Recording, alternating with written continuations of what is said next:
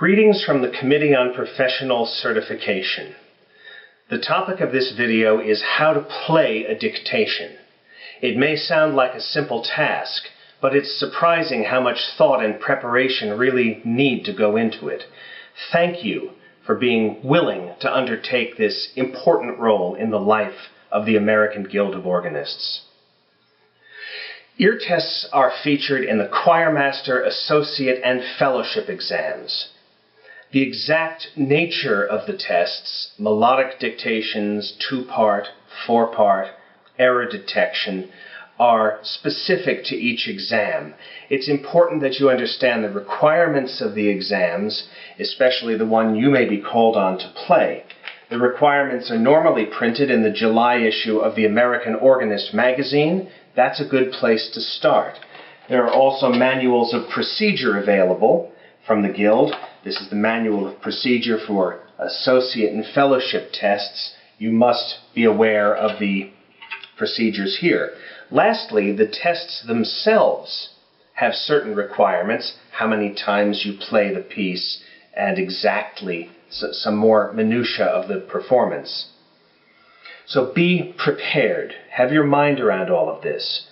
And if you're in any doubt or concern about playing a piano, if you don't do it very often or you're not familiar with this particular piano, try to get into the space a few days ahead of time and practice these pieces. Regard this as a performance. By all means, use a metronome if you want to do so. Most of our tests are at about quarter note equals 66, a fairly leisurely pace.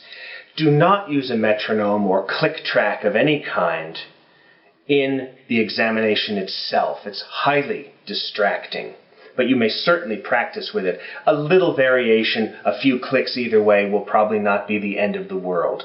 Don't get into any extravagant issues of interpretation, articulation, dynamics, rubato, or anything of that sort. Simply give a clean, neutral accounting of the little piece in question you're being asked to play. Let me demonstrate a few of these things so you can see what I mean. So the candidate is in place and ready and comfortable, can easily hear but not see the keyboard, and you're ready and comfortable and know what you're doing.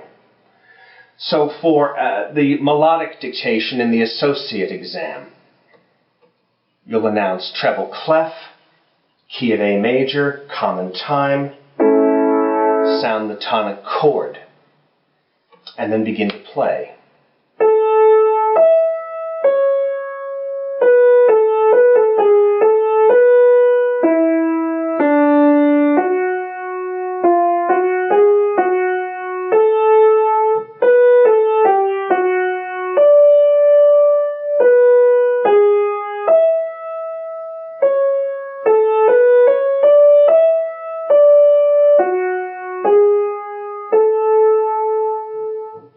Right away, start your timer.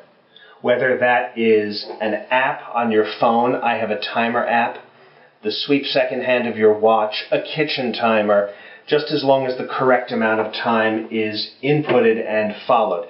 Usually 30 seconds, 60 seconds for fellowship. There's also time allotted at the end of the last playthrough, 3 minutes or 5 minutes, as the case may be, for the candidate to finish writing. Please make sure that your timing device doesn't have a bell or alarm at the end either. Don't add to the stress or anxiety of the occasion, and then simply repeat your playing the number of times called for in the exam. A simple 2-part dictation, such as a recent Choirmaster item, tonic chord. Here there's a double octave between the outer voices, C and C, so I would voice it with those there. I see no reason not to. You don't absolutely have to, but you announce that it's treble and bass clef, key of C major, 4/4 time, and then again play at a relaxed tempo of about 66.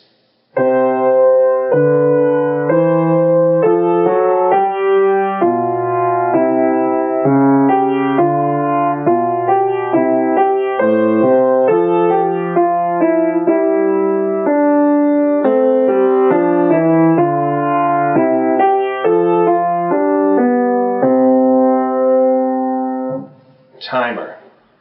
Never forget to time. Also keep track of how many times you've played. Don't have to ask the candidate, was that number 3 or number 4? Because they're entitled to say it was number 1 if you do. Keep track of what you do. The fellowship is more challenging. You have to set for 60 seconds. You'll play it longer, 5 times, and allow 1 minute between each repetition, unless there's one candidate and they request 30 seconds. They may do that. And you give them 5 minutes at the end to finish their work. And you don't tell them the time signature. So here is a 4-part dictation in the treble and bass clefs in the key of A flat. Between you and me, this is in 3/4 time. Here's the tonic, the opening voicing. So we have.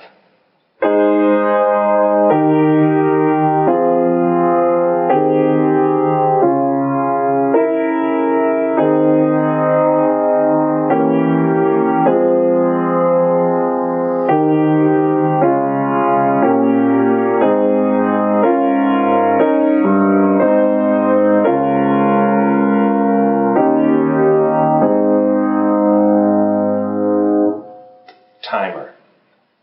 Every time.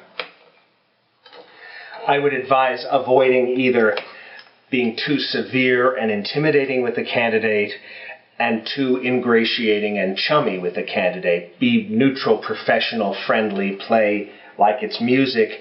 Don't overinterpret, don't make it needlessly difficult in any way. Give the candidate a full, fair chance to demonstrate his or her ability to transcribe what's being played. The Guild's certification process is integral to our life together. And it's very important that we maintain the integrity and the value of that process. Your role is very, very important. You make a difference in the lives of colleagues, and you make a difference in our life together as a guild. Again, thank you for your willingness to help out in this way. I hope this video has helped you, and look for more in the future. Thanks for watching.